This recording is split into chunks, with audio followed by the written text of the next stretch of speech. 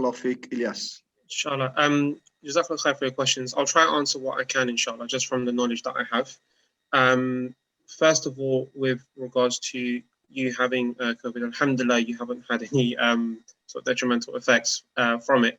But in terms of immunity, the length of immunity has not been guaranteed. So in the first hospital that I was working at, when a lot of the doctors tested positive, they were doing an antibody check 3 months later as part of a research trial. This is not something that was open to the public, but this was as a study process just to learn more about the virus itself. And a lot of people 3 months later actually tested negative for antibodies, which means they didn't have any immunity 3 months after infection. There have been, for example, some colleagues of mine that have unfortunately caught COVID twice, in the first wave and now in the second wave. So regardless of you catching COVID, I would actually highly advise in terms of actually getting the vaccine as and when you can. In terms of the the vaccine being tested on the BAME community, as some of the trials that have taken place try to test on a wide range of people, not just people from the BAME community, but people with long-term medical conditions, people who are immunocompromised, for example, people with hepatitis but stable infections, HIV stable infections, and in the majority of cases have turned out to have stable responses to it. A question that I've just seen, if I could just interject with this, was how do we know we've got COVID and not just the flu? When a patient comes into a hospital, a whole respiratory panel is requested. So the flu test is done, the seasonal coronavirus test, not the SARS-CoV test, the seasonal coronavirus test is done, as well as the SARS-CoV-2. And a lot of the times when people are coming in with a COVID infection, they're not testing positive for the flu. They're testing positive specifically for the coronavirus. In terms of the ingredients, I haven't personally, I'm going to be honest with you, I haven't looked at, name by name, list by list in terms of the ingredients, but I've just read from, Fatawa from scholars in this country abroad about its permissibility in terms from an ingredients perspective. So that for me, is enough for, if the scholars have researched this, have given their stamp of approval, then, alhamdulillah. Inshallah. We spoke about the BAME community. Is it all right if we can just talk a bit about that, because there's some areas of controversy as well, which I think we need to address. Sure. So there is a lot of mistrust that some of the people within the BAME community, and more specifically the Black community, they have with regards to large pharmaceutical companies, simply because of the previous atrocities, which are well documented historically, where companies have used experimentation on villages within parts of Africa in the name of progress of science. So with that being the case, and with such a horrible history and track record, why then should the BAME community have trust for NHS? Well, so I think what we need to see is, one, that NHS is different to the pharmaceutical companies. Secondly, I am not going to deny the atrocities that have taken place.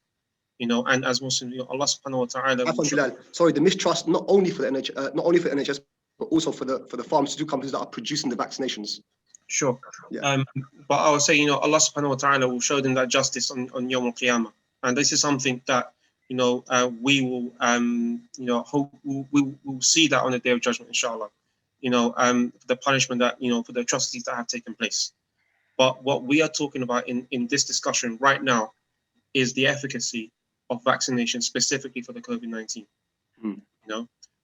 That for me, from the research that I have seen specifically for the COVID virus, for the COVID vaccination, one, I haven't seen those atrocities take place. I'm more than happy to be corrected and retract my statement if that's the case. Yeah, but we're seeing that at this point in time, this is an infection which is infecting the whole world. Everyone, regardless of race, is dying from it, and a solution is needed. Sure. In terms of its previous, methods of research, then yes, I will condemn it. Yeah, we should mention as well, research in general, it's not just the NHS, it's not just pharmaceutical companies, but research in general is very Eurocentric, I would say. When it affects, when it hits home, when it hits richer people in Western countries, that's when things tend to happen. And this kind of has hit home for them. So I guess they decided to act. There's a very, very valid reasons for distrust with pan-ethnic disparities throughout the recent decades, not even having to look that far back, forced sterilizations, LSD trialing on citizens, racist sort of even national level policies, and chronic underfunding of ethnically diverse regions of the country. I know Dr. Aykac is working towards improving some of these, especially towards end of life for people of the BAME community and stuff like that. And really it's up to us to be the sort of front runners of that, make that initial difference. That being said, it still doesn't change the situation we're faced with. We still have this virus ahead of us. We still do need to save our family. And it does seem like, for whatever the reason is, our families are primarily targeted. We have communal living with so many benefits. We're close to each other. We love each other. We stay together. We live in warm houses, and there's so much benefit to that. One of the issues is contagious diseases and spread very quickly. When someone has chickenpox, everybody's kids has chickenpox. It's one of those sort of disadvantages, I guess, of our lifestyles. There's a number of theories, and some of them unproven, some of them with a little bit more evidence of why it does. But we are in this situation now as members of the BAME community, in which it is affecting our households and our neighborhoods, and we do need to come up with solutions. So we take what's of benefit. We are skeptical towards what happened, but what we don't do is we don't blindly just agree with everything that's anti and argue with everything that's pro just for the sake of it, or vice versa. And it's important to acknowledge that there's no monopoly on this by pharma or by any nation or something. This is something that you can see in every country, every corner of the globe now. It's being monitored with a huge degree of supervision. I'm personally involved in trials for the Vaccs vaccine, which has just recently completed phase 3 studies in the UK. And the amount of scrutiny that things get is unprecedented. I've never seen it before. We have trials. So if you can imagine, just say you have 50,000 people undergoing trial with a new medication that, I don't know, fixes headaches or whatever it is, or as a vaccine. If someone gets a headache anytime around that, and or if someone gets a cold anytime around that, and your medicine is supposed to treat headaches, that cold gets put down as an adverse effect following vaccine taking. And that may be fair, or it may be a bit harsh to the trials, but that's kind of what we have to do, because we have to be very precautious that everything is getting documented. And we're seeing even scratches, even colds, even fevers, even arm aches. All of this is sort of being written down person by person. I'm interviewing a person who's had a vaccine, and then the next person. I have a clinic where there's just person after person after person coming, and I ask them, what have you experienced? Have you had any side effects? I check the site, whether there's any marks or any bruising or anything like that, etc. And the scrutiny is huge. The other thing I'd want to mention as well before I pass it back is one of the questions was, or two quick things. One was, is it tried on healthy people, or is it tried on is it tried on sick people or only healthy people? This is a vaccine, so it's what we call prophylactic. It doesn't cure coronavirus. It's not there to cure you from coronavirus when you have it. It's not a paracetamol for a headache. What it's there is to prevent you getting coronavirus. So we don't give it to sick people. The whole point is that with this, you will hopefully not be infected with coronavirus in any serious way. So that's why it doesn't really work with sick people. As for the diversity of the population that we're studying, I think the brother asked, try and be as diverse as possible. The more diverse you are, the better your data looks, actually, and the better it's sort of hailed in the research community. But I would say that a lot of research companies globally need to improve with diversification of their subject of the people undergoing the trials, because there is often an underrepresentation of BAME community, even with things that are not to do with vaccines, even just medicine. We learn often it's very white-centered, for lack of a better term, and that's something we do need to touch on. The other very, very quick thing is regarding someone's mention. There was the discussion of mRNA, and should just quickly mention that there are not vaccines that don't have mRNA, that aren't mRNA vaccines, that you are welcome to take if you prefer those to mRNA vaccines. Like we mentioned, it doesn't change your DNA. That's not how mRNA works. It produces proteins. It's not, RNA and DNA don't cross-link like that. But if that's something you're still quite uncomfortable with, there's a number of different types of vaccines in development and in approval. So Muawiyah, تفضل. Yeah, Jazakallah khair. So, I mean, I know you wanted to bring the conversation back to the topic at hand, which was vaccines. Is it necessary, and are there any side effects? And I think that's a very important topic, and obviously you've been trying to address it.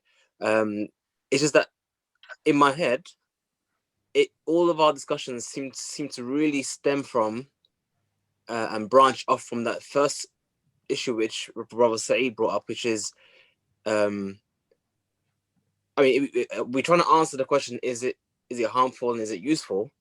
But as the Brother Saeed mentioned, is what we're saying even COVID, or is it something else? As in, are we even worrying and looking in the right direction? I mean, I know it sounds like I don't want to go back and have a whole discussion again.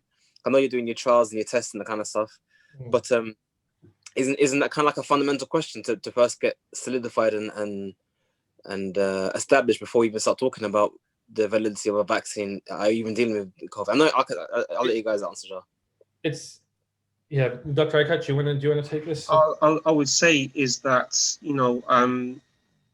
I think what we can all agree here, as the first sort of precedent, is that there is something that has spread across the world that is obviously infecting people, and a lot of people are dying. Whether we want to say we're properly identifying it as the COVID vaccine, or whether it's something else.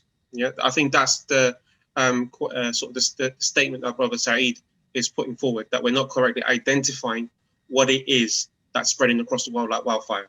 Yeah, but what I think we can say is that the treatment that is coming out is in correlation and combating the symptoms that we are coming across and treating.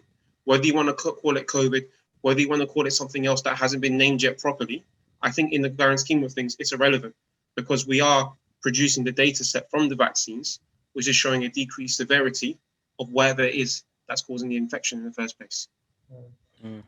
We're seeing very... Sorry, can I say that I saw that Brother Saeed was shaking his head. I'd like to hear his feedback on that, if you don't mind. Yeah, but what I'm trying to hear, and I'm saying that first, I'm glad that this thing is registered, that are we looking at the right direction or not? And with due respect, I do not agree with this, that this thing has separated the whole world. If you see the examples in the hospital, please restrict it to the hospitals, okay? One thing. And the second thing is about the vaccine, just mentioned that it's treating the symptoms, but it was given to the healthy people. There were no symptoms. And the thing is although people are saying that we analyze this disease or based on not only PCR, but so many other things, but the whole vaccine system is developed based on PCR. And the PCR test is not the valid test. So if the test is not valid, and if you are developing something based on that, it's very easy to guess how good they will be. I don't know. So the question you said that it's not, well, the statement you said that it's not spreading across the world like wildfire, and what we're seeing in the hospital should be restricted to the hospital. Yes. The question I would ask is, what is putting people in the hospital? Something has to spread to put people in there in the first place. It doesn't. No. It hasn't originated from the hospital itself. No, we just fine. We can, because some people do say, and I'm not going to argue about that, but do say that sometimes things happen that we might be having a severe episode of flu. But our tests for flu are negative. I'm sorry? The tests for the flu are negative when they're coming into hospital. But the thing is this, if it is test of the flu is negative, I do not know about how they are testing those. But also I'm saying is just giving a name. And I don't know, when you say the widespread in the whole world, that's also a very subjective definition too, in my view. So here's the issue. If we want to use clinical correlation, the CT scans, the chest x-rays of the patients in China are the same as you find in the UK, are the same as you find in Africa, are the same as you find in America. The negative for the flu, the test for the flu is coming back negative. You know, it's not the clinical presentations of what you find in your standard pneumonias. So whether you want to call it COVID-19 or whether you want to call it a different infection that we're not testing for properly is a bit irrelevant, because what we're saying is that there is something new that is spreading across the world. If you want to test, say the flu vaccine, the test, for the flu virus itself is also inaccurate, then I think that's a different discussion for a different time. But if we're saying that the flu test is accurate and is coming back negative, you have to accept the precedence that there is something new which is circulating, that is going across communities and putting people in hospital. Just one last question. Joking is that Brother Ali mentioned about viruses. They don't live outside of the host, which is so therefore an isolation is difficult to isolate due to that purpose. And you mentioned about testing on face masks. You can't really test the whole breathing thing because of that reason. But so how does it spread then? If it doesn't survive independently on its own, how does it jump from one person to the other? No, perfect. Good question. The answer is in droplets of mucosa and for very short periods of time. And that depends as well. So you have, for example, phlegm or whatever, when you cough or when you breathe even comes out, droplets come out, reach another host. And to be honest, if they sat on your table surface, they would die. Once that fluid they're in or the body cells they're in goes, that will eventually finish. On its own, it doesn't survive. And then when it enters a new host, it uses a new host to survive. That's not something unique with coronavirus. That's something for every single virus that we know. That's one of the things that make a virus, that they're obligate intracellular pathogens. So what you're saying then, basically, when something transmits one person to the other, essentially actual living human cells are going from one person to the other, and those human cells are the carriers, you said, between. Not necessarily cells. It can even go in phlegm, in mucus, and whatever. But sort of matter from one person is going to another person. That then goes into the other person, and the virus uses the next person as a host. If you leave it, different viruses have different amount of time, but eventually they'll all die if you leave them outside. The other thing we should mention is when we say PCR tests aren't sensitive or aren't 100%. We're dealing with nearly 100% sensitivity, specificity, and very, very high sensitivity rates. I mean, we're talking 99.9%. So when we say, oh yeah, it's not a perfect test, and when you deal with the world of medicine, you realize nothing is 100%. There's always exceptions. There's always a rule, and then it's broken at certain times, and someone. Can I make a point? I'm going to go back to Dr. Saeed and the division that we can see concerning the testing and what's happening in the hospital. A lot of the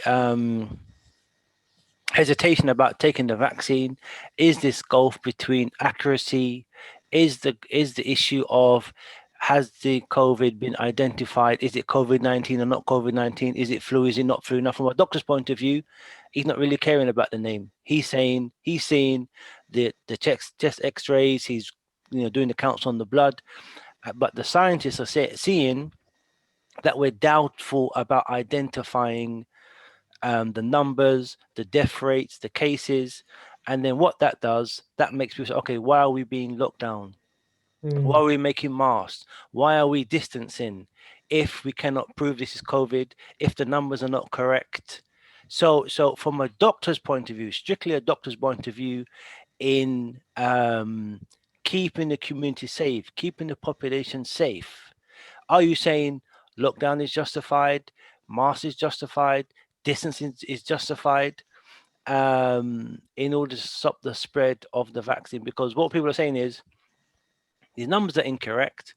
Why are civil liberties being taken away?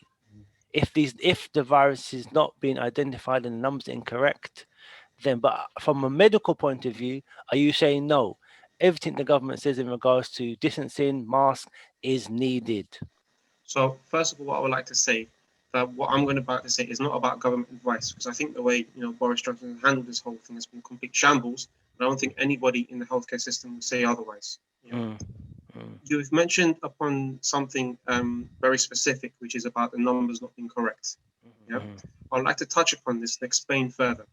I'd like to say I don't work within the ONS, the statistical group, which are responsible for reporting the number of COVID-related deaths. But what I'm going to say is that I can provide an alternative rationale as for why the numbers are portrayed the way they are. They will have to explain themselves, but I can provide some context for the situation. Yeah. The first premise is that when it comes to the infection that we're dealing with, you can call it COVID, you can call it whatever, yeah, is that this is something currently that we're learning as we're going on. For example, we don't know the 10-year consequence of this current infection because we haven't reached there yet. Meaning, we need a complete data set, yeah, of nearly every person that has tested positive, so that when the time comes, we can look back on this information and actually see what it is that, what were the consequences directly from this infection. So what we're saying, for example, is that, there's been a falsifying of information of COVID deaths to say that within 28 days, somebody died of something completely different and it's been marked as a COVID death on the news and so on and so forth. But what I was going to say, for example, is, 6 months down the line, we've learned that, for example, there is an increased incidence of DVTs and strokes because of COVID. Yeah. So now we look back at this data set and we see so many people that had a stroke and died from the stroke itself, but had a COVID test sometime in the past. Now that data has become relevant. We didn't know that that was relevant at the time. It was deemed as a non-related COVID death. But when we look back at the information, when we've learned something new about the infection, that information becomes relevant. The issue is now is that because we don't know what kind of data we're going to be deemed as relevant 10, 20 years down the line, we just need a pool of information of as much as possible so that we can sift through it later. That's the first point. The second point is the deaths are currently testing for only people who have tested positive. There was a massive portion of people dying who never even had a test. So that makes up for one another. The third issue, yeah, is that a COVID-related death doesn't necessarily have to be because of someone died of COVID. And I'll explain. Let's say I had a heart attack and this was life-threatening at this point in time. The ambulance came to try and pick me up. They tried to take me to the cardiac lab who was going to put the stent in my heart to save my life. But because of COVID, that lab was shut. That lab was closed and I died. I never had COVID in the process, but that is a COVID-related death. Because of COVID, systems were impacted and I was denied healthcare as a result. So as we can see, is that when it comes to recording the complications and the deaths as a result of COVID, it's now a whole lot more complicated than what we see and what's been portrayed, that we're overinflating it because of a government agenda. One question connected to this one, which my mom's expressed concern about, and I kind of shared that as well. Maybe you can clarify, maybe you misunderstood it. That the government has removed itself from liability from any side effects from the COVID vaccinations, which is not the case with normal vaccinations, and also removed liability from the pharmaceutical companies who produced it. Is that true, and why was that the case? No, so the government has taken responsibility on behalf of the pharmaceutical companies. Yeah, so it's not that the government is no longer liable. It's that the government has taken that responsibility on behalf of the pharmaceutical companies. And that is because, as with all the concerns, is that, it's a first vaccine for something that's new. And so therefore, yes, there could be some unprecedented effects that we haven't foreseen. But at this point in time, in terms of the research, they have done everything that they can within the safe limits to produce something which, I can confidently say that, from what we're dealing with, is safe to use. For those cases that are small and minute in terms of the number of people suffering from negative outcomes, yes, there has to be a liability. We're not going to say that, everybody's free from that. Yeah, and, oh, well, things happen. Yeah.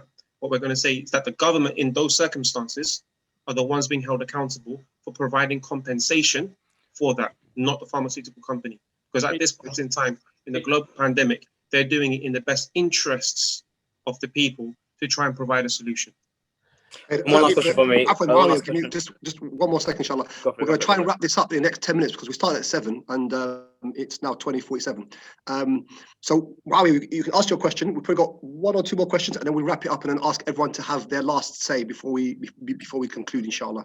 Okay, I'm just reiterating the comment which was made by someone else, who said they're not going to take a vaccine because of they claim that they had one of their children had the MMR test or vaccine and it caused autism in their child, and they're convinced that it was the case. And I've heard similar things from other people. I know it's anecdotal evidence. It's not saying that this is the case. I'm not warning people away from MMR, but I'm saying that this is a concern people have, that maybe it might have adverse effects such as autism and all sorts of things. Even like the brother mentioned in his presentation, it doesn't cause infertility, but this is something that, could you just please address that? Because the brother said that it doesn't cause any kind of harm. But it's a good question, because that's something that's not been around for. It's not new. It's something long, like you said, the MMR vaccine. For anyone who doesn't know, not from UK, it's the measles, mumps, rubella vaccine that's typically given to children. There is no sort of substantial evidence behind the autism thing. That link doesn't even make sense from a scientific point of view, that someone would get autism from a vaccine, which is especially if it's an inactive vaccine, doesn't really fit the picture. But these what we're dealing with is a virus, an illness, if you would like not to use a virus, and that makes you a little bit hesitant, but an illness that we know has significant effects, significant harmful effects. So we know there are known harms with this with the coronavirus. There are known harms of actually the respiratory point of view, but also so many other things, like Dr. Aykac was mentioning, all the venous thromboembolic events with the clots in the lungs and the stroke risks and all these things increasing. We know there are harms with the virus, and we think that there will likely be long-term harms. Now they've got this new thing called long COVID, where people are taking a long time to recover. Who knows what we find out in 10, 20 years with infertility, with all that sort of stuff, with the actual virus itself. We know it's harmful, and we know it potentially and likely has long-term harms. And what we're dealing with on the other side is a vaccine that is shown to be relatively very harmless, and is likely and will follow the pattern of all the other vaccines to be very harmless, relatively as well. So we're dealing with something which we know is harmful and will likely have long-term harmful outcomes, and something which is harmless and will likely have harmless outcomes. And like I said, there's often unsatisfying, not 100% answers, but that's your two choices really, and one saves so many more lives and so many more people than the other. I think as well, what we need to understand is, when it comes to the whole autism issue, is the circumstances in which it came about. And actually, this claim is as a result of distrust within the healthcare system, because of a surgeon that undertook a very, very small study and was found to have falsified information about the MMR causing autism, and he lost his medical practice after that. But at that point in time, whether you come back and later prove that it was false, the damage had been done to the community. And as a result, this is the reason why the initial claims of the MMR jab causing autism have been placed, has been around the community in the first place. So I would like to say, in light of this, and reiterate that it is false. The MMR jab has not been linked to autism. But what I would like to say, because, what I find strange in the comments section is that when we're making claims, we're expected to provide the evidence. But when people are saying it, providing the other side of the claim, I think they should as well provide the evidence in that same manner. So if they want to say studies have shown this, if they want to say that the whatever ingredient crosses the blood-brain barrier and causes autism and Alzheimer's, please link the study so that we can read and analyze it. Because at the end of the day, if we're here to learn from one another, then by all means, but I'm not here. I think, we need to understand the circumstance of the discussion. I'm not here trying to sit above the community to say that this is what needs to happen and I'm right and everybody's wrong. I think, what we need to understand is that as an ethnic minority, part of the BAME community myself, I suffer from the same risks that everybody else has. I have an increased risk because I'm not the one that's given the benefit of staying at home in lockdown. I have to come to work and expose myself to coronavirus. So in light of that, I'm giving advice based upon what I've seen and what I know and what is benefit for the community. So I think, it's important to not speak out of hysteria, to not speak about, in terms of what has been passed through WhatsApp without any confirmation of any knowledge in that sense. Because when it comes to hadith, when it comes to Islamic sciences, we don't accept it in any way, shape or form. But when this is also knowledge to do with life or death, we need to have a similar type of etiquette. Someone was telling me through WhatsApp that avocados have a pH higher than bleach, and that will solve all your problems. So can we go to Abdul Kufi? I think he's been waiting for he's a very long joined time. us. So Bismillah. Fadl Abdul Haq. والصلاة والسلام على رسول الله وعلى آله وأصحابه ومن تبعهم بإحسان إلى يوم الدين. أما بعد. Thanks for all of the people who have attended. So Allah yuwaffiqakum to all of the people who have attended, because I know the people have been there, sitting there patiently. Some of the I got a few points. Some of it's based on some other research that I'm doing on another project, which I can't really say too much about here. But it's some research I'm doing in terms of some of the communities, and there's a whole notion of medical skepticism. So some of what I'm saying are sentiments which are held in the community as well, or communities. Well, the first thing is, I think it's important to note, is that of late, and there's been a big sort of emphasis and drive. You see it a lot in the media with regards to the BME communities, that they're sort of following fake news and disinformation and so forth. But with regards to, and these are the reasons which is informing why they are skeptical and hesitant to take vaccine. Also, there's a difference as well between anti-vax and vaccine hesitancy as well, by the way. Yeah. This has been noted by a number of academics, such as Maya Goldenberg in her new book on vaccine hesitancy, and Jonathan Berman in his book also, with regards to vaccine hesitancy and the anti-vaxxers. So there's a difference between that. So I think that's important too, because sometimes that distinction isn't made when there is a clear distinction between the two. So that's important to mention. So what is important is that in the communities, especially in the Black communities, as has been outlined by many academics, like medical ethicists, such as Harriet Washington in her book Medical Apartheid, where she mentions a lot of the reasons why Black communities are skeptical and hesitant isn't due to sort of necessarily simplistic conspiracy theories. It's rather down to conspiracy facts. Not conspiracy theories, conspiracy facts. So, for example, with that Tuskegee syphilis study, which was where African American men were in a syphilis trial, were not given any medication to treat them, and many died. And it wasn't, I think it was the Bill Clinton administration. Then he sort of made this announcement and so forth.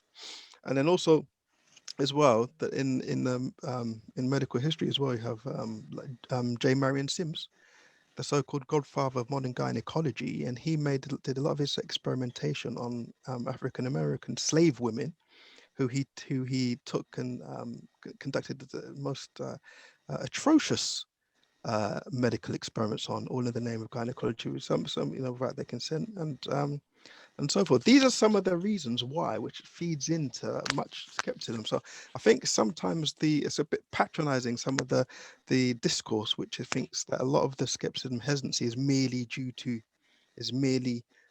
to fake news, disinformation, and so forth. I think that's a bit of a disservice to many people in the communities with regards to that. But then again, and the second point is with regards to some of the pharmaceutical companies, which CD highlighted earlier, like Pfizer and so forth. There was a big case in northern Nigeria, which was Abdullahi versus Pfizer, wherein Pfizer begrudgingly had to pay $75 million to the Nigerian government for giving Trovan vaccine unbeknown to 100 kids. And I think there was a percentage, about 10% of those children died in those trials, and they didn't inform the people that this was actually a part of a vaccine trial. These are some of the reasons why, brothers, as well, that feeds into much skepticism and hesitancy in the community. They're totally valid reasons, actually, where people are concerned about these things. But it's just that this massive drive we've seen in the media, so, you know, with these so-called celebrities and politicians and everyone coming out trying to encourage BME communities to take a vaccine. This is odd. Where is this drive for anything else to do with the health of the BME communities? Where is the drive? Where's the campaign? Where is anything in anything with regards to the? But now they want to do this massive campaign for me to take a vaccine. That's the only time you want to engage with us. It's just that you wanted me to take this vaccine. And these are some of the things. These are some of the things which are coming out in the communities, and hence there's totally valid, totally rational reasons for people to be hold on. Why are you trying to force this down? You know. Sure. This is why people and this isn't to do with like people like anti-vax. There's even people in the medical professions, you probably yourselves will know, clinicians as well, who are also very skeptical about all this. And even like earlier, and the last point I just want to make, because it's the only thing I've had an opportunity to say anything, is like with regards to vitamin D. Although I think that one of the brothers earlier, I think that Dr. Yusuf said earlier, that a vaccine is the only way to prevent this. But there's also there's emerging research, quite strong research, which shows with regards to vitamin D. There's clinical trials in Belgium, clinical trials in Spain, clinical trials in India, clinical trials conducted in Ireland, all of which do talk about the veracity of vitamin D, particularly with regards to respiratory conditions, and they also use doses, and also there's a clinical style in Pakistan with regards to using black seed and honey, which also was quite an interesting. So with 313 participants, because they're quite small but still relevant. So I just wanted to make these points as well. That contrary to this, like trying to shove vaccines down everybody's throats. So I just wanted to. And then just final point is, people are also raising questions because of the likes of certain individuals who, these individuals may have some experience when it comes to computer programming or to computer software systems, but they're not medical professionals to be ramming down the throat of humanity. We need to vaccinate humanity. Sorry. Yeah. Just 1 second before Ali answers this, inshallah. That's it. That's all I have to say. Barakallahu feek. So before Ali, but please try to deal with these points, because this is what's coming out in the community. 100%, absolutely. I'm very privy as to what's coming out in the community, because we're both on this. We've had this same discussion, and it was these questions that I actually posed earlier. Inshallah, and I'm kind of having to say what we said before we started. None of the brothers that are on, the doctors that are on, including myself, are pushing for vaccinations. We're here just to inform you what we know, so that you guys have the information to make an informed decision. None of us are getting paid for this. I believe this is the job, not even our job, this is the job actually of the NHS, who are doing little to nothing in terms of clarifying misconceptions and dealing with the issue. We're doing this because we have an obligation an obligation towards the Muslims that we serve and is our community and beloved to us, to give them the best possible advice. It might be such that for some people, the vaccination is the best way forward, and for others, probably not. We're here just to give you the information and the insight that we have. You guys are going to make the decisions for yourselves and for your families. If you came on tonight thinking that we're going to come to a total conclusion, that wasn't the intent. And I think the chats show that, inshallah. But anyway, having said that, Ali? Brother Abdul Haq, Jazakumullah khairan wa barakallahu feekum for your contributions. I think the first thing I should mention is absolutely agreed. These are conspiracy theories at times. These are conspiracy facts that we're dealing with. A lot of these companies, not just vaccines, a lot of companies in general have very, very checkered histories. Pfizer in particular is one that's been outed as one that has particularly checkered history, how it's dealt with the African community, how it's dealt with a number of people. The thing I would say, though, is no vaccine company or no individual is able to monopolize this. This is something under the scrutiny of, to use Islamic terminology, this is something mutawatir, that we are all involved in, we're all seeing it in front of our faces, and we're all taking part in the studies. It's not something in which a group is secretly, quietly able to give it to this type of people or give this type of vaccine to a community that they not very fond of. That's not what's happening here. These are very wide scale. The other thing to mention is this is being given to people's own community, and actually the vaccine uptake is particularly affluent. White people are running towards it more than other communities. So it would make little sense for a sort of anti-BAME agenda to then vaccinate more of their own community in this instant. That being said, the NHS isn't doing enough in itself, and vaccine community, pharmaceutical companies have never done enough in sort of speaking, reaching out to, addressing these concerns. Everything's brushed under the carpet, things are forgotten, and you kind of hope no one brings it up. But this is partly what forums like these are for. Like Brother City said, none of us are here getting paid. This is our community. We're BAME members ourselves. It's our own community. We're Muslims ourselves. These are our brothers, our sisters, sort of thing. We're doing jobs that really haven't been done for hundreds of years, even since sort of our sort of populations have moved this side.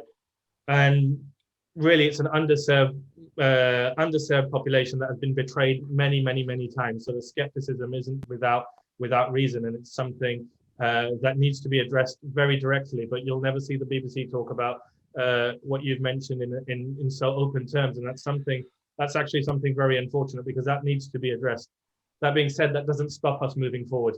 The fact that we've seen these or we've had things like this happen in the past doesn't mean that any attempt to help produce a vaccination or something should be maligned or marginalized immediately without due cause. In this instance, it's like I said, mutawatir. There's so many people working on it. It's not something hidden. I'm part of one of the trials for Novavax myself. It's a very different scenario. The other thing with the vitamin D and what Dr. Yusuf, who isn't here now, what he was saying when he said about vitamin D doesn't cure COVID. What he's saying is it builds up an immune system. Vitamin D replete individuals, people with enough vitamin D, don't need more vitamin D. It won't do anything good. But especially for dark-skinned people who live in the West, we're not getting much in the sunlight, and we probably should make sure we have sufficient amounts, boost our immune system as best we can with all the herbal sort of things that are available to us. But that doesn't mean that we don't use our best defenses and our best medicines to prevent this sort of rampaging through our communities as well. So I think, yeah, in conclusion, they are very valid points, and they are they're catastrophes really in our history, and the catastrophes that get brushed under the carpet and don't get addressed. So it's good that they are addressed, but really the sad thing is this is being addressed to a group of predominantly BAME members who know a lot of this stuff already. Where it needs to be addressed is on a more national level, and people need to bring these atrocities to the forefront. But on a sort of more optimistic note, that doesn't prevent us in the BAME community now being the sort of torchbearers going forward and producing novel cures, being the leaders in this stuff. And if they're not addressing our communities, and if they're not tackling this properly, we'll tackle it properly. We don't need their help, essentially, if they're not given it.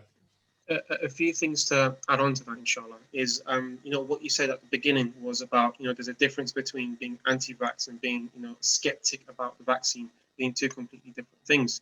And I 100% agree with you that like when the doctors and the panel have been talking, we haven't been speaking, claiming that anybody in this discussion is anti-vax. That's first of what we're trying to do is clarify about the nature of the COVID infection, the seriousness of the COVID infection, and the urgent need for a solution regarding this. And that at this point in time, the vaccine is the best that we have. And personally, I would advocate for it.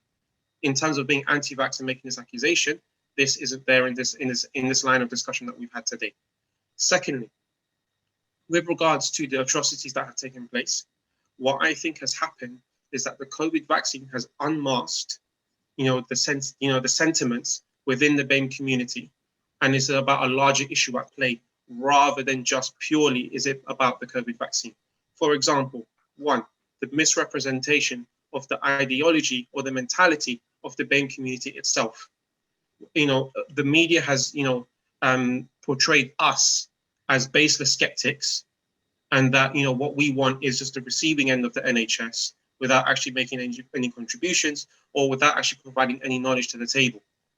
What I think the media and, the celebrities that wish to dabble in this issue need to do is actually say that the concerns about the vaccines are valid purely because of the atrocities which are fact, which are known, which are established within our communities. That yes, if they want to engage in dialogue, you can't just engage in dialogue by ignoring everything that's happened. And I 100% agree with you. This is a conversation that needs to happen. Does it need to happen straight away within the context of the COVID infection? I would say we're dealing with a slightly different discussion. We're dealing with an infection that is, across the whole world, which is harming the BAME community more than anybody else. The nature of the research that's taking place is not in Central Africa. It's not in the poorer parts of the world, but it's actually happening.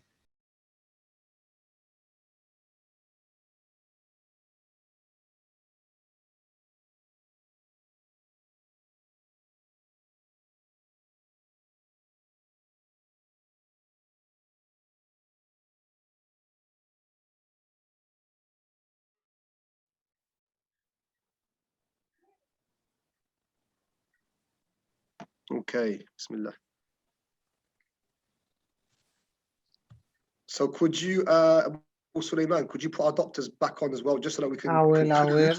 Inshallah. Here we go. Lovely. So So for those that are listening, obviously unexpectedly, I think we surpassed the time that was allocated for us, which was 2 hours, especially with having about 100 participants. So we're just going to conclude, because I think it's the right thing to do, regardless of the numbers. It's going to be recorded and we're going to put onto YouTube. So it's just nice to have that closure, inshallah ta'ala. So literally, we just finish up in 5 minutes. It was a long discussion. Comments were very controversial. There was a lot of circular discussions. Parts of it was frustrating. Parts of it was good. It opened up a lot of discussion. But like I said before, we're not necessarily here as the panel, as the host, to provide a solution. We're here to give you the information that we know, and from a scientific and clinical point of view, and for you guys to really kind of like have a balanced set of information that you can make your own informed decisions, inshallah ta'ala, which is important. So just to conclude, inshallah, and I think what makes conclusions nice as well is just drawing on your own personal experiences, because we can't see what goes on in hospital right now. With hospitals and visitors, it's all on lock, so we don't know. We're just getting bits of information. We're told from the Daily Mirror that actually hospitals are empty, and then that was recently debunked. People are sending pictures of empty waiting rooms. We're told on the opposite side that from the government, the narrative that actually hospitals right now are absolutely jam-packed. So drawing on your own experiences and your own bringing up your own conclusions, inshallah, for us. A minute, 2 minutes at most. Jazakallah khair. So inshallah, if I could just start, just because I got cut off halfway. Yeah. So I'll try, continue on. Does a narrative, have to change regarding, the relationship between the NHS, politics, media, and the BAME community because of the atrocities? Yes, because I believe, to have a united front in moving forward in terms of actually, treating everyone and being inclusive for everyone. These conversations, we can only move forward once these conversations have happened and accountability has actually been dished out. And, that has to happen. And the only way that we can, as part of the community ourselves, is to take part in this and to make sure this happens, is to be part of the process and to force the hand to make sure that this happens. If we're not actually trying to get involved in the process, we can't highlight the problem. And so this is what we're trying to do. My work at this point in time, aside from everything that's going on, is to say that when patients are, at the palliative care phase or the end of life phase where they're going to pass away in hospital, is what can we do to accommodate for cultural and religious differences? So, my particular interest is within the Muslim community. When the Muslims dying, we obviously know that the body has to be buried as soon as possible. And it's about trying to gear that shift towards trying to get the death certificate signed as soon as possible so that that burial can happen. And so what we're trying to do is obviously, get in contact with, people of different cultures, religions, faiths, to make sure that the NHS is as representative of that process in general. This is the start of a much bigger process, of a much bigger problem at hand, but we have to start from somewhere. With regards to the vaccine itself, my sort of position is this. If you want to say we don't know the long-term position and the long-term side effects of the COVID vaccine, you're valid in saying that because we haven't hit that point yet. Have we also seen the long-term side effects of the COVID vaccine, of the COVID issue, of the COVID infection at this point in time? The answer is no, because we haven't hit that point yet either. But have we seen the immediate threats to life, the immediate threat to our lifestyle, the immediate threat to our friends and family with the increased risk to the BAME community? We have seen that immediate threat. We have seen that immediate taking off that life as a result of the COVID infection. So if you're asking me that at the end of this, your position is that you have to gamble with one or the other, I would say that you are much safer with gambling with the vaccine than with the COVID infection itself. And so if I can just come back direct to you in regards to, because obviously there's issue with age, who are more at risk. They say, okay, if you have an underlying health issue or you are over 60 or 70, you can clarify. So Yeah. there are, if you're a certain age or if you have underlying health issues, you're more at risk than someone who may be in his 20s, 30s, 40s or 50s. So Yes. are you saying that, okay, if you have the choice, no matter what age you are, take the vaccine Yes. because it will help you either way? Yes. That's what you're saying. No matter what Yeah. age you is, take the vaccine because age The is not the reason, issue. the reason why I'm saying this is that when it comes to all of general medicine now, when we consider any other health problem, Mhm, the older you are, the frailer you are, the worse the outcome. mhm, When it comes to COVID, it's shaken up that sort of understanding.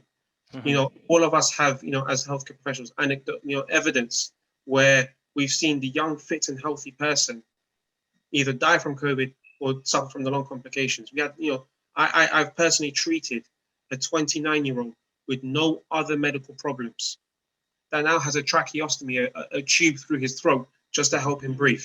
mhm. There was no other tablet on his drug chart. There was no other health problem. Okay.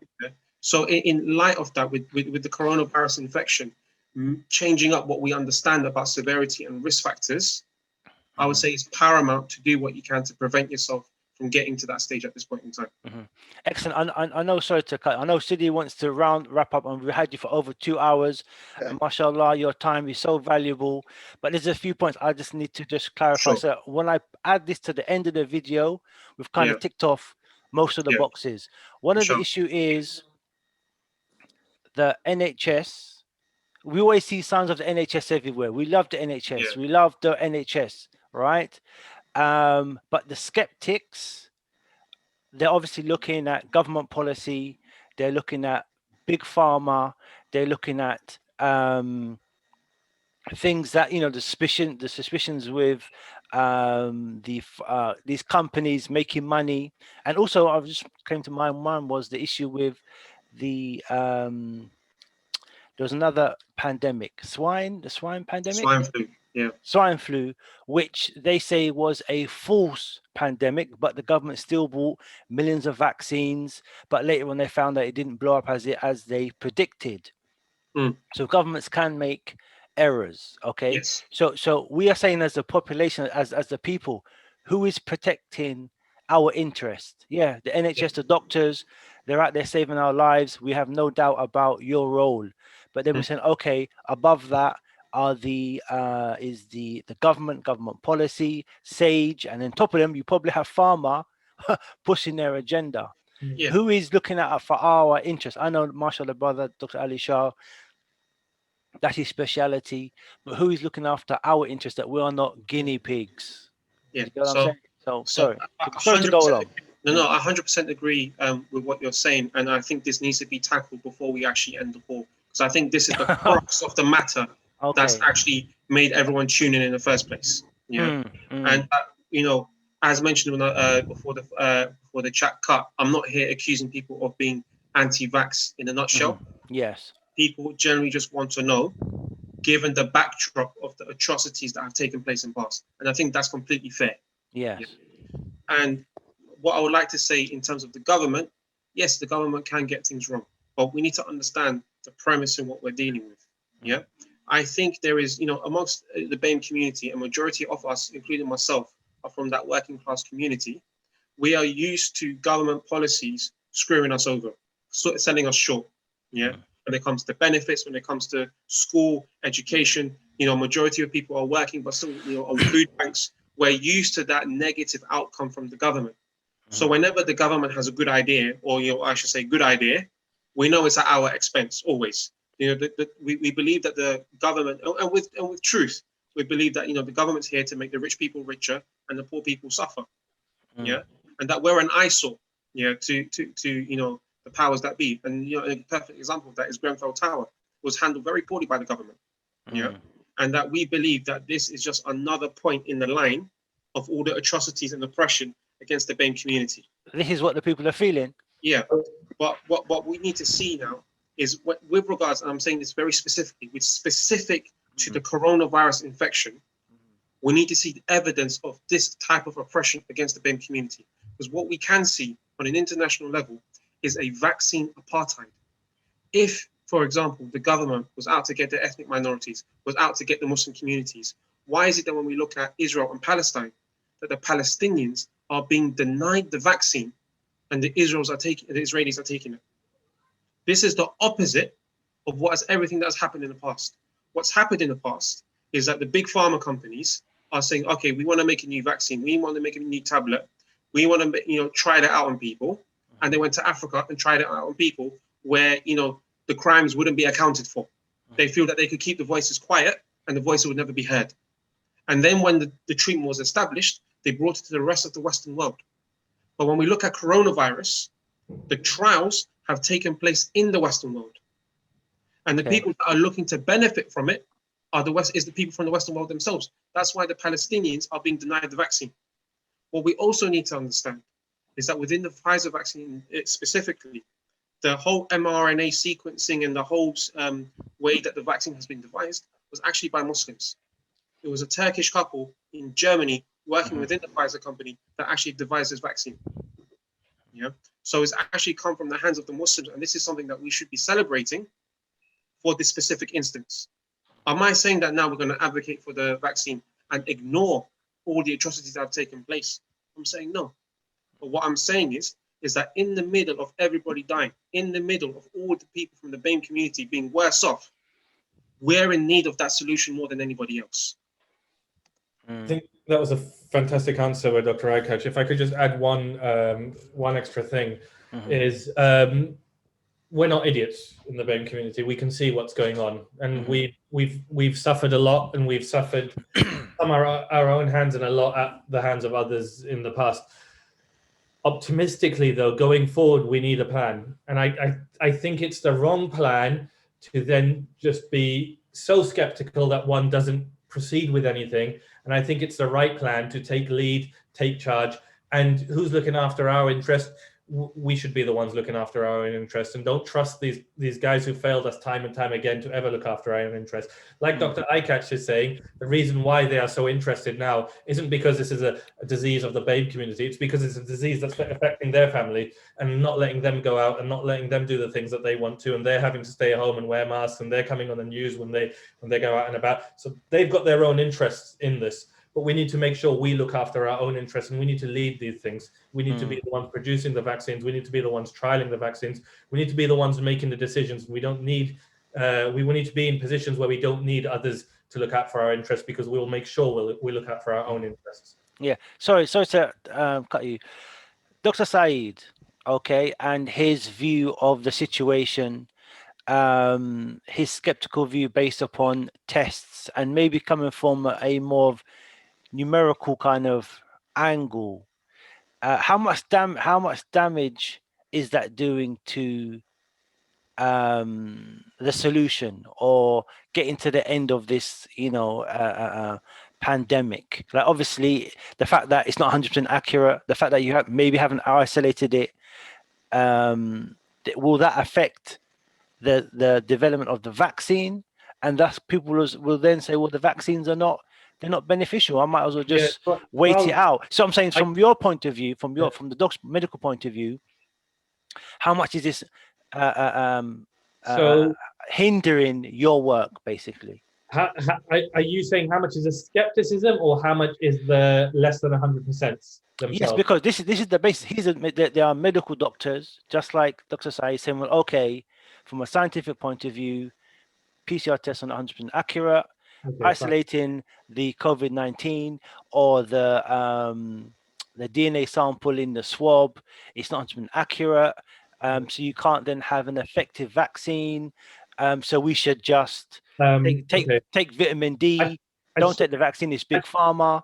I should mention one time clearly, Yes. because I tried not to get into sort of a debate mode earlier, but Yes. this is something that's true for every single disease that we know. We don't Okay. deal in 100%, and every single diagnostic test. No Yes. single diagnostic test that I've come across is 100% specific and 100% sensitive, Mhm. ever. So is it, From now, since the doctor. dawn, since the dawn of sort of scientific testing, that's just not how things work in medicine. Yes. We deal with these numbers, we build a clinical picture, and we treat the conditions we see of it. How much Yes. of a difference does it make that it's 99.9% or, Mhm. to be honest, with clinical correlation, we're talking 99.9999 sort of percent, not 100%. Well, that means one person will receive, will be diagnosed incorrectly, or one person's diagnosis will miss rather, and we missed it. That always happens with every single disease, but we do our best to get as high as we can, and with these tests we are a lot more effective than without them. With these treatments as well, we're a lot more effective without them. My point is, the skeptics or the with every single vaccine or every single disease, is there always this level of skepticism or difference amongst the scientists in regards to treatment and remedy of any disease? Like, is COVID-19 something which is it's a new way of looking at the disease? No, Or with every treatment, there's skepticism, there's difference in numbers, difference in application, difference in understanding? So what I'd like to start off this conversation with, it was a question that I actually put forward to him when he was actually on the panel, was if we're not isolating the COVID virus, what is it that we are seeing in front of us at this point in time? Because for one, we can comfortably say that it is not the flu, because we have those flu tests in hospital. These patients that are coming in with symptoms similar to the flu, you've got muscle aches and pains, you've got tiredness, you've got a dry cough, you've got a fever. The flu presents exactly the same. But the patients, we are testing them for the flu when they come into hospital and it's negative. Okay. So at this point, what is it? Yeah. The second issue, yeah, is what we are calling the COVID infection. The other blood panel that we are doing, such as, the low lymphocyte count, the high ferritin count, the high D-dimer, the raised creatinine kinase, the raised LDH, for example, all these other blood panels which are used to correlate, our diagnosis. Yeah, these tests only behave in this manner for the current infection that we are treating. It's not to say that we're getting it mixed up with something else, because, for example, pneumonias don't behave in this manner. Flu doesn't behave in this manner.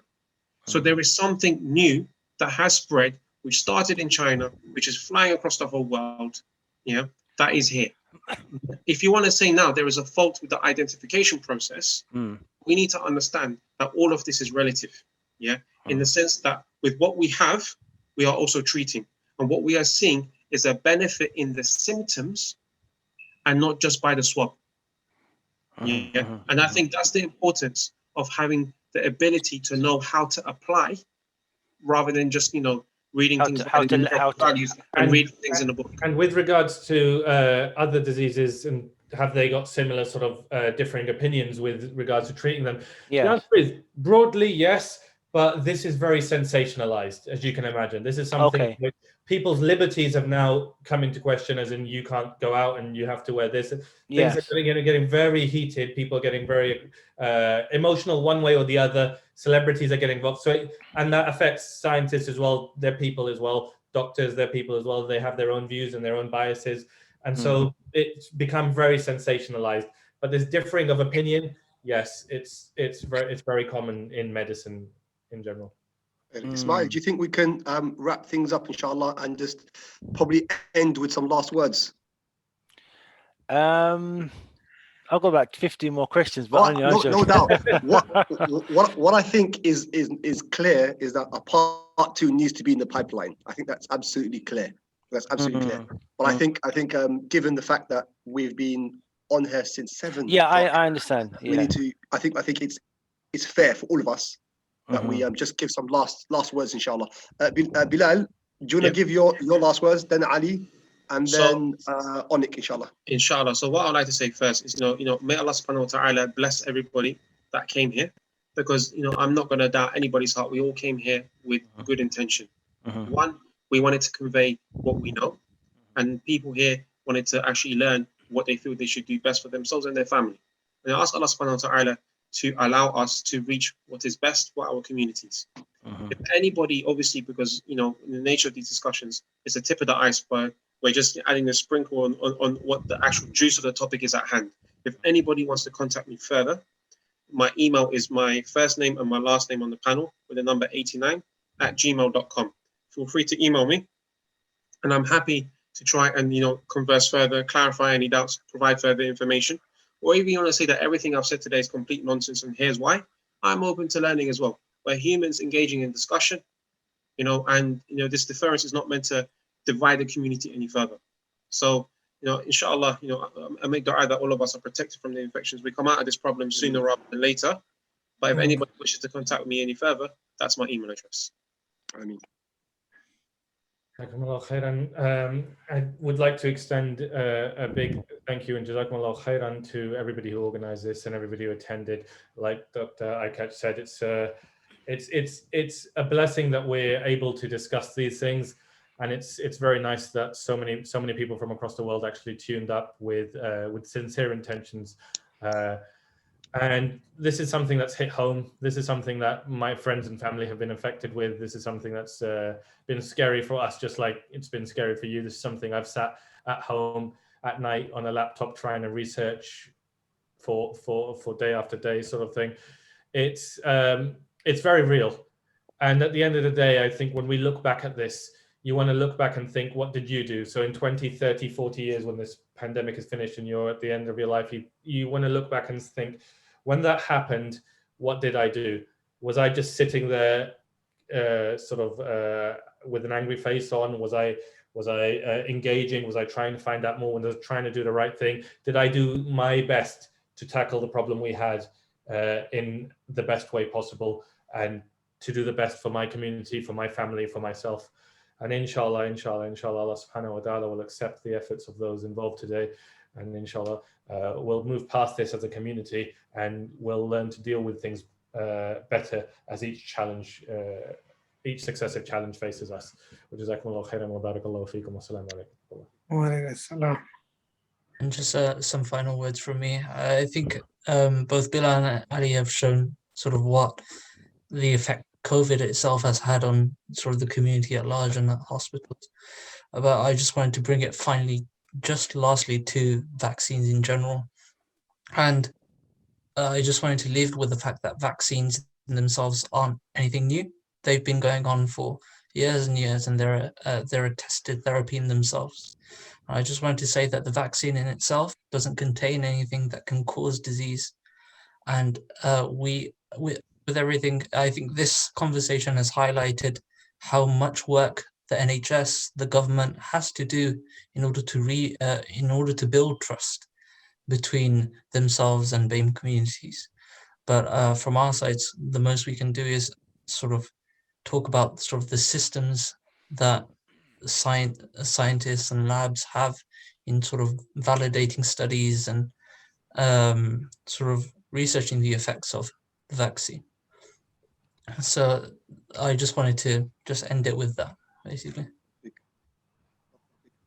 Before I give Ismail the last word to conclude, inshallah, I would like to also say that just Jazakallah khairan to Dr. Chowdhury, Dr. Shah, and Dr. Bilal Aikach. I think you guys took on a mammoth task and done absolutely fantastically well. I don't think there was a question that was thrown in your corner, except that there was some sort of reply to it. At times, a very contentious points, you guys, mashallah, maintained your cool, maintained your professionalism, and I'm very proud that you are the future of the NHS. Barakallahu feekum. Assalamu alaikum. Okay, I'll try to make my last words short and sweet. But Jazakallah for the doctor's input, their daily work and their striving in this field. MashaAllah, may Allah reward you all. And I think our concern should be our health, our personal health, our survival, our ability to save ourselves and our families, and not necessarily the issues of numbers and the names of things and 100% accurate. What are we all doing in order to look after our health? We definitely need a part two. As things developing, there'll be new discoveries, new vaccines that we need to know about. I think mashallah is very, very beneficial. I hope the doctors, enjoyed themselves in the discussion. And inshallah, we hope to see you again very soon. And all I can Inshallah. say is Jazakallah khairan for all of your participation. And we hope to see you again very soon. And brothers, take care. Brothers and sisters, take care. And go to your GP. Go to your GP and ask him advice concerning your health. Okay, 100%. brothers and sisters. Jazakumullah Assalamu khair. alaikum wa rahmatullahi Walaikum salam. wa barakatuhu.